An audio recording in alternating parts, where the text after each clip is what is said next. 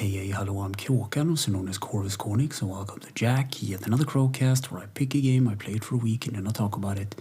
This week's game is A Castle Full of Cats for the PlayStation 5. It was released in 2023, and it's a hidden objects game developed by DevCats and published by Silesia Games. And also, there'll be some spoilers up ahead, just so you know, but first a little backstory.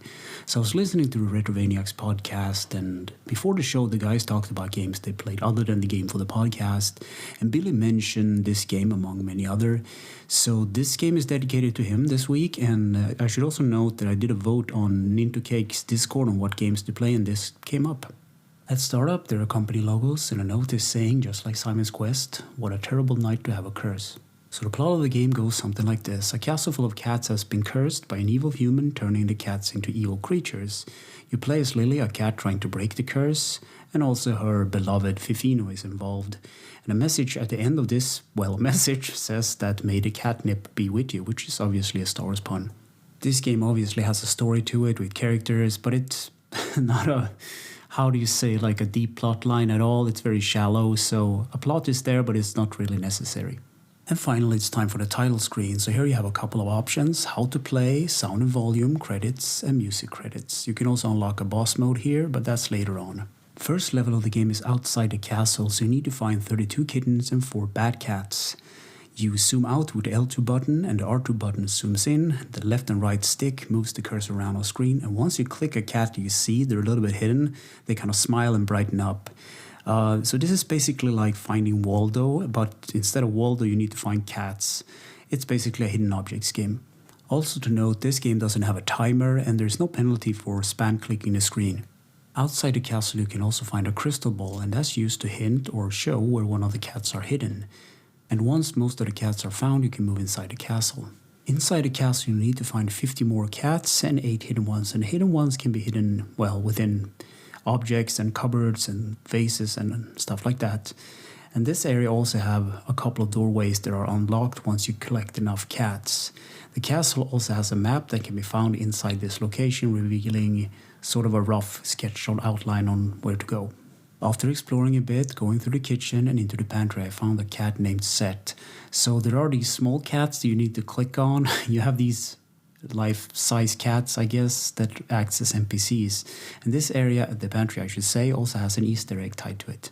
There's also an NPC cat that lost her kittens, and she's not out looking for them. That's your job. So you need to find them, and they are throughout the castle. There are of course other objects to be found in this game, such as the keys to the coffin in the dungeon.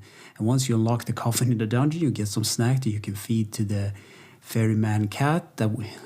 This is so ridiculous. He will take you across the water to Cat Thulu, this Cthulhu-inspired cat. So you free it with the red key, and that gives you the teleportation ability, so you don't have to click around the entire map to get to a certain section. So this game is more or less the same from this point. You collect cats, you find other objects throughout the castle, and there's even a final boss straight out of Castlevania Symphony of the Night, but of course with cat puns and related stuff. So I played this game casually throughout the week. Usually when I got home from work, I think I beat the game in like 2 days. And I just slowly played through it. It's not a heavy game to sort of digest, but it's kind of fun to just mindless click things. And I'll go into the summary now. So, gameplay. This is a hidden objects game. Find all the cat secrets and unlock the achievements. Control. The left and right stick moves the cursor around on screen. The X button clicks. L2 zooms out. R2 zooms in. And options brings up the menu and map. Graphics. So the graphics looks like a Flash game. Really simple style. And the only complaint I have about them is that some areas are less detailed than others, and they need more polish in the art department, but otherwise it's fine. Sound and music. Yacc and Kevin MacLeod and many more worked on the soundtrack. And when I say worked on the soundtrack, it's actually asset music. So if you pay a fee, you get access to the whole catalog of music. So the soundtrack is really simple. The music gets a bit repetitive since it loops a lot, but it's, it depends on how long you play each of the levels, I guess, but it's kind of grinding on your ears once you played for, too long. Easter egg secrets and glitches. So the pantry section has a Harry Potter reference in form of a broom that says Nimbus 2000. This game also hints heavily at Castlevania. You have holy water, axes, capes, and portraits that are of the characters and associated with those. So in conclusion, I wrote, yes, if you like cats and hidden object games. So this game has a simple premise and is very addictive.